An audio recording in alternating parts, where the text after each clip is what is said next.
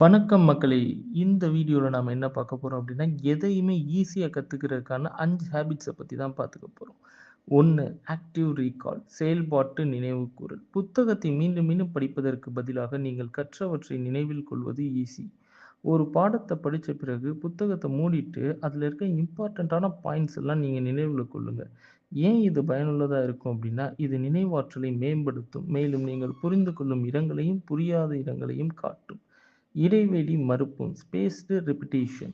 படித்ததை குறைந்தது ஒரு நாளுக்கு பிறகு இல்லது 3 நாட்களுக்கு பிறகு அல்லது 1 வாரம் பிறகு நீங்கள் மறுபடியும் பாருங்கள்.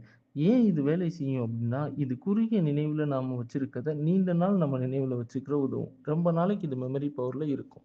3வது சங்கிங் துண்டாக்கம். பெரிய தகவல்களை சிறு துண்டுகளாக பிரிக்கவும். ஒவ்வொரு துண்டையும் சீராக கற்றுக்கொண்ட பிறகு அடுத்ததற்கு செல்லவும். இது ஏன் ரொம்ப முக்கியம் அப்படின்னா, சிறிய தகவல்களை மூளை எளிதில் எடுத்துக்கொள்ளும்.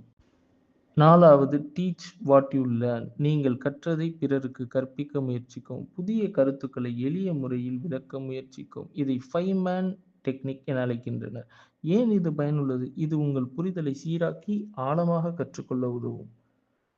5வது ஒழுங்கான கால அட்டவணையில் கற்றுக்கொள்ளுங்கள். தினசரி 20 முதல் 30 நிமிடங்கள் எடுத்துக்கொண்டு தொடர்ந்து நீங்கள் கற்றுக்கொண்டே இருங்கள். ஏன் இது முக்கியம் என்றால், தொடர்ச்சியான பழக்கம் அதிக நேர பயிற்சியை விட மேல்.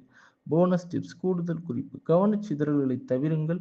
ஒரே 1 மணி நேரத்திற்கான முழு கவனத்துடன் கற்றல் 3 மணி நேர கவனச்சிதறலுடன் கற்றதை விட பயனுள்ளது.